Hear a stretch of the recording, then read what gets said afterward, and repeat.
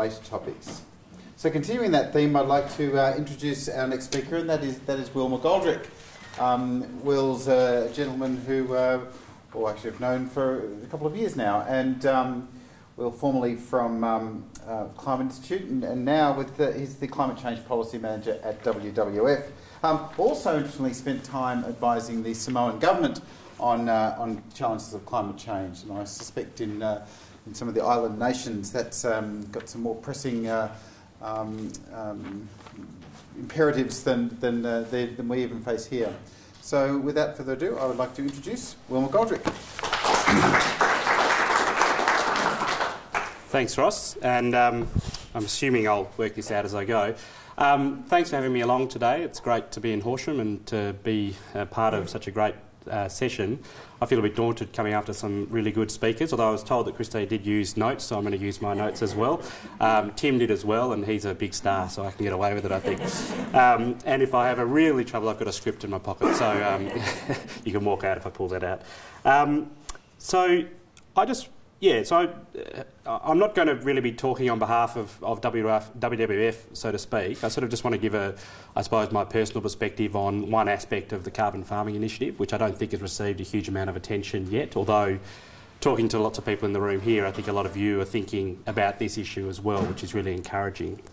But before I start, I'll start with a quick confession. I'm not an expert in landscape carbon accounting. I'm not an expert in natural resource management. And I'm certainly not a farmer or an agricultural scientist, so I'm coming into this as a fairly new arrival on the scene, so to speak. My expertise and background is more in other areas of climate change and energy policy, like carbon pricing, renewable energy and international negotiations. But over the last decade or so of working in this space, I have started to develop a really strong interest in the role of the land sector. I sat next to Corey for 4 years at the Climate Institute and listened in on lots of his conversations. And he's going to be talking later today and learnt a lot from people like Corey. But my interest really started during my time working in Samoa. And for those of you who don't know, Samoa is a small Pacific island nation deep in the Pacific, about halfway to Hawaii. And I had the pleasure of following my wife across there, who got a job, so I quit my job in Melbourne and jumped on a plane and went across to Samoa and worked for the Samoan government for about 4 years or so. And before I went to Samoa, I suppose my mindset was that the land sector was part of the problem, where solutions are going to be hard to find and attitudes are going to be hard to change. And I'd sort of had it sort of tucked away in a little box in my head. I hadn't really challenged that. And interestingly enough, when I got to Samoa, where obviously, you know, Samoa is not the world's biggest source of greenhouse gas emissions, but what I saw there was a whole lot of innovations. I saw landholders and farmers trying to have a go at doing new things, and because it's a small country and you travel around, you get to see all this firsthand, and you see people making changes, and you see new things being tried, which often you miss out on when you're living in a city in Australia. You have a particular perception of what's happening out in rural and regional Australia, that great place that we refer to all the time, but you don't really stop and get to see it, I suppose. So I saw landholders sort of trying to resurrect old coconut plantations, for example, and turning it into biodiesel for trucks and also for the generators for their electricity. And this was not this was them having to develop and trial new ways of doing things. They had to experiment to figure out what temperature the coconut oil needed to be at for it to go through the generators without ruining them. This wasn't off-the-shelf technology. These are people innovating. I also spoke to people running experiments to see whether they could grow taro crops and convert it to ethanol, also for fuel. I spoke to villagers who were trying to tap into the global carbon market. I mean, you're in a tiny island in the middle of the Pacific Ocean, and they're thinking big. They're thinking about how can we get paid to protect our forests and regenerate our forests and have sustainable livelihoods rather than chopping it down and selling it to another country. And it got me thinking. I thought, well, you know, if Samoans, who I've got to say are inherently positive, sort of solution-focused people, if they are doing it, surely Australia, it would be very well placed to do it. Where Australian farmers, as I understand it, and Corey keeps telling me, are renowned for their innovation. You know, Australian farmers and landholders have been early adopters of technologies in the past. So surely Australian farmers and landholders can be part of the solution as well. So I'll just stick there for a sec. So I came back to Australia and I thought, well, this is an area of interest, but I went back and plugged away at carbon pricing and all that sort of stuff for a while. And then along came the Carbon Farming Initiative. And in my new role at World Wildlife Fund, I've got an opportunity to finally start working on the Carbon Farming Initiative and start working on the land sector essentially as part of the solution to climate change. Most of you know about the Carbon Farming Initiative and probably know perhaps more about it than me, but I think it's worth just sort of recapping a little bit here just to emphasise a few points. So as you can see in this chart here, the main driver of the Carbon Farming Initiative, and this is something which hasn't quite sunk into everyone yet, is some sort of price signal. And in this instance, from within Australia, it's the carbon price. There's no demand for carbon credits from the landscape unless you've got some sort of price signal. Of course, there'll always be the voluntary market and a small demand for goodwill sort of projects, but the main driver of these projects is really going to be some sort of price signal, which is the carbon price. That applies to about 300 to 500 large entities. We sort of often refer to them as the big polluters, but the reality is they're just the companies that supply a lot of us with our goods and services. When faced with this carbon price, they're faced with a few different choices. They can choose to try and reduce emissions. For a lot of companies, there will be a lot of cost-effective ways for them to reduce their emissions through energy efficiency, through investing in things like cogeneration and other solutions. Once they've done that, they might choose to buy domestic permits for their remaining emissions. They may choose to buy overseas permits, but they can also now choose to buy Carbon Farming Initiative permits. So they can choose essentially to invest in the Australian landscape as opposed to going offshore and buying overseas permits. And I believe that a lot of companies will be wanting to do this. In fact, the evidence is suggesting there's a lot of interest from companies in wanting to do this. And you can see why in some senses. It's potentially a much lower risk option for them, but it's also a way for them to build better synergies with other areas of their work. For example, a mining company that already owns large amounts of land in Australia, it just makes sense for them to be using that land to generate carbon credits. Or it might be a company that wants to build or enhance its social licence to operate by investing in Carbon Farming Initiative projects in the communities they operate in. Another thing to emphasise, obviously, is that carbon farming covers two main groups of activities. So it's got sequestration projects like tree planting and revegetation, that sort of stuff. But one thing that we don't probably hear enough talked about is that it also involves a set of activities aimed at avoiding emissions. And I think this, from WWF's perspective, as much as we want to see more trees going into the ground and whatever else, this is where there's a real opportunity for the Carbon Farming Initiative to drive innovation. If the Carbon Farming Initiative can provide incentives for farmers and landholders to develop new ways of farming or to road test existing ways that haven't been so widely adopted, then that's a great thing. So it's a potential to innovate, and that's things like livestock emissions, nitrogen fertiliser use, and the like. So, thanks for my notes. For WWF, as I've said, a key sort of reason why we support the CFI is because it's an opportunity to engage, for farmers to engage with the carbon market and to start innovating. But another major reason why we are attracted to it is because of its potential to deliver what are called environmental co-benefits. And for some people this will be the main driver of the Carbon Farming Initiative, but I suppose in the policy speak they're referred to as co-benefits or flow-on benefits. Environmental co-benefits, put simply, are just those benefits that flow on from a project which it's the main purpose of the project is to reduce carbon emissions, but it also delivers a whole lot of other benefits. The best way to sort of explain what we mean or how we see the environmental co-benefits, I think, is to talk through some examples. And I'll be using examples from two regions where WWF is highly active. We decided a couple of years ago that we were trying to spread ourselves too thin and we were trying to do too much in too many different parts of Australia. And so we still work right across Australia, but we put most of our energy and resources now into the Great Barrier Reef catchment and into the southwest eco-region in WA. These two regions were singled out as areas where we had good partnerships and we had a good opportunity to make a difference. So the Great Barrier Reef, obviously, two of the major impacts on the reef are sediment inflow onto the reef, and also nitrogen fertilisers flying off farms into the reef as well. So the Carbon Farming Initiative is an opportunity to try and address some of those issues while also reducing greenhouse gas emissions. We are involved with a project called Project Catalyst up in this part of the world, and that involves a partnership between Coke, which is the main sugar buyer, natural resource management groups, and around 78 farmers, sugar farmers. Started with about 18 sugar farmers.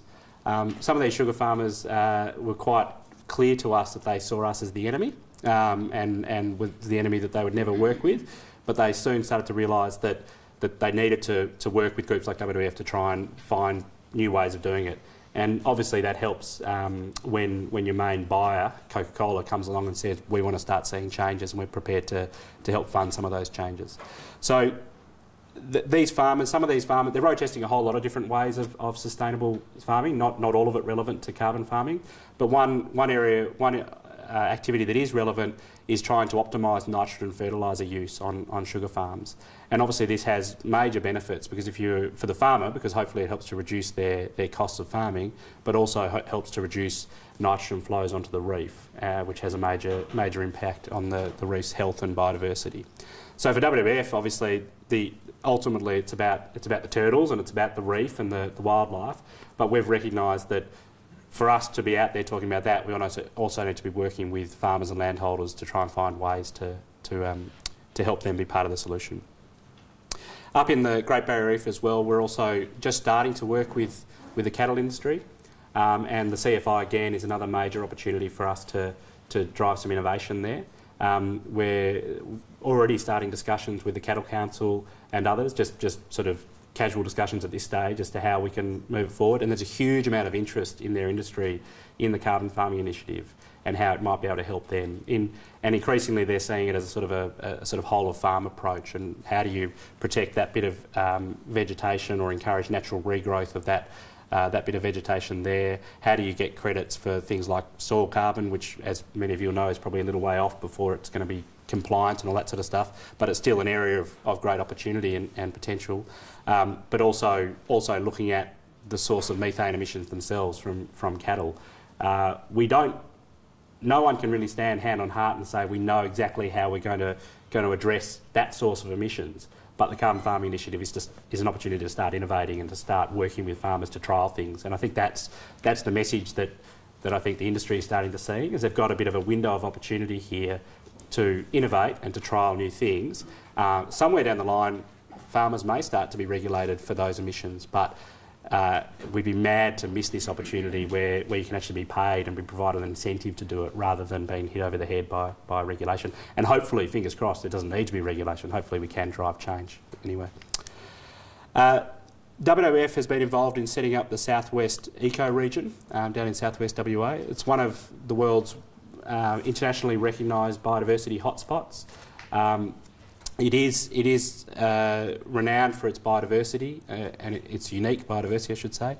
It's also renowned for huge levels of clearing and a highly, I suppose, depleted natural resource. So a group of government agencies, WWF and others came together to form the eco-region as a way of providing a regional approach to conservation planning. Over in the southwest, obviously, tree planting and revegetation is going to be a major priority for the Carbon Farming Initiative. However, a lot of the interest that's happening down there is in, I suppose, your traditional monoculture style of tree planting, which has some benefits without a doubt. But for a group like WWF, our objective is to try and see high conservation value projects, tree planting projects put in place that help to facilitate the full ecosystem outcomes. I've been told I've got 5 minutes.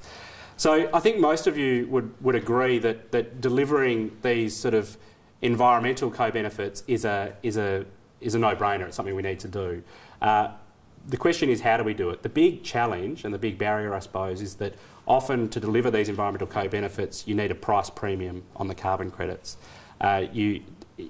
Naturally, it's always going to cost, in most instances, it's going to cost less to plant a monoculture than what it is to plant a highly diverse environmental planting. in some instances, especially in farming on farms, there's also going to be opportunity costs associated with carbon farming. So how do you overcome that?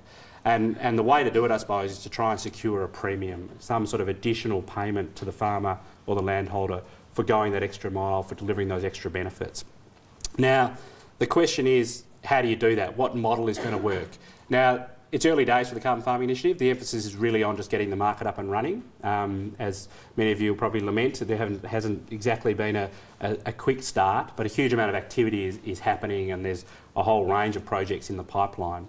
The government has made provisions for a co-benefits sort of mechanism under the carbon farming regulations, but there's nothing yet in place. So I've sort of been starting to think about this, and there's three sort of broad models that I see that could work, and there's probably many more, and I'd be really interested to hear from all of you. I don't pretend to have all the answers here. One option would be just a standard centralised government-run certification process, where the government filters CFI projects and determines whether or not they deserve an extra tick and therefore would be eligible for earning an extra premium or additional payment. Another option would be for a third party to set up its own verification and certification process. An example of the government one would be something like the energy rating tool, which you're all familiar with. An example of the third-party approach is the gold standard approach. And WWF set up the gold standard in 2003, which is now seen as the international benchmark for certifying carbon projects which deliver additional environmental and social benefits. It only deals with energy-related projects, though it's not suitable for the landscape projects. Yet another option would be sort of a project-by-project specific partnerships, and an example of that is the partnership between R.M. Williams and Qantas, where Qantas is purchasing, for the Henbury station I should say, where Qantas is purchasing carbon credits for the work that R.M. Williams is doing, with funding from the federal government I should add, on Henbury station. Now, the question is sort of which one of these approaches is going to work best. Now, there's pros and cons to all of them. The government-run approach, naturally the government is going to be quite conservative and cautious before it gives its seal of approval for a project, and is going to have to think very carefully about that. That could lead to much higher transaction costs. A third party approach may provide some benefits and might be a little bit quicker and lower transaction costs. However, the third party approach, or any centralised certification process, is going to be difficult for the Carbon Farming Initiative. How do you come up with a set of criteria that can be applied for environmental plantings and also applied for nitrogen fertiliser projects in the Great Barrier Reef? It's going to be very tricky. The partnership model has other risks. How can we guarantee that Qantas and R.M. Williams are looking at environmental co-benefits with the same rigour? Maybe they are, I'm not questioning them, but how do we know that these companies are going to look at it with the same rigour as what we expect? So there's challenges there. My sort of evolving view, and I've probably only got 30 seconds left, so my evolving view is that we probably do need some form of centralised certification project for where it can be applied. However, there's always going to be a role for individual partnerships. And I think the challenge for all of us as stakeholders is to make sure we judge and critique those partnerships to make sure that they are living up to their claims. And WWF may, in the future, be part of some of those partnerships, and we'll be putting our brand on the line, so to speak, in doing that.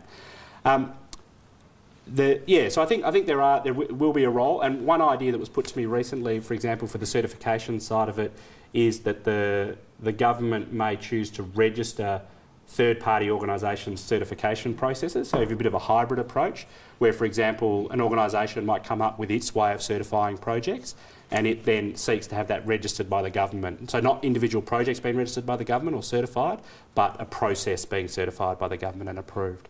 So I suppose that's really the end of my presentation. I just wanted to start that discussion and throw it out there. I'm really keen to hear other people's ideas on how we can do this.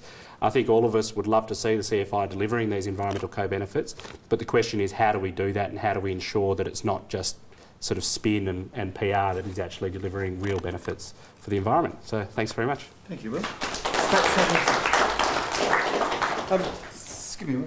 Seeing we have the luxury of a little bit more time, or less time pressure now, because we don't have to cross live until after lunch now. Questions for Will? Peter, you're a carbon farmer. I'm sure you've got a few there. I was just wondering about how the government differentiates between the environmental plantings and like more intensive reforestation projects in their carbon farming initiative? Well, at the moment, there's no way for them to do that. They're trying to explore ways for how they can do that. There's a whole range of options. I mean, I think the bureaucrats involved, from my discussions, they're great people, and they saw this risk that what we'd see is just a flood of intensive forestry projects and very few environmental plantings. So they built in a provision that the carbon farming regulations could give some sort of recognition to those projects. Now they're faced with a difficult task of trying to work out how to do that. And from my discussions with them, they haven't quite nailed it yet. They're not walking away from it, and they are interested in ideas. They're encouraging understory plantings and diversity and local indigenous. Yeah. So they're sort of divorcing themselves a bit from, say, blue gum plantings? Well, they can encourage that, but for a market, for a buyer, someone wanting to buy a credit, how do you know? Where's the stamp of approval? Where's the tick that says that project has met those standards or delivered the understory? There's no. Once you've done the project and the credit's floating around. Well, there's orders. There's annual orders. Oh yeah, I know. But if you're a company just wanting to buy a secondary credit on the market without going and doing all that due diligence to work out, so that's where some sort of, if that credit came with a tick or a stamp that said this is a high conservation value credit, that those market participants, those buyers of the credit, are given that information they need to be able to make an informed decision about which projects are sort of bog standard CFI projects and which are high conservation projects which they will be prepared to pay a premium for. Yeah. No, I agree. You should be getting more for that. Sorry, I can see a few hands going up now, and I can see we could get into a great discussion that I could run out to lunchtime if I wanted to, but we won't, unfortunately. But I will encourage you to catch up with Will in the break and have those questions directly. Ladies and gentlemen, please welcome Will McGoldrick. Well, thank you, Will McGoldrick. Thank you. Last night we had a very enjoyable dinner at the Bull and Mouth Hotel, which I'm sure you all know very, very well, where we met some people who were carbon farmers, we met people who were environmental activists, and we met people who were futurists. And our next speaker is Steve Cork, who is an ecologist and a futurist. As ecologist, he spent 25 years with CSIRO, really trying to understand that complex interaction between human beings and our natural environment. And he's here to explore a whole lot of really interesting ideas around why we have so much trouble discussing that kind of the complex environmental challenges that we face. Why are we so fraught in this thing? We're actually just talking about the survival of our kind of species and the little boat that we happen to be sailing through through space in, called the Earth, and yet we still have so much trouble dealing with those issues.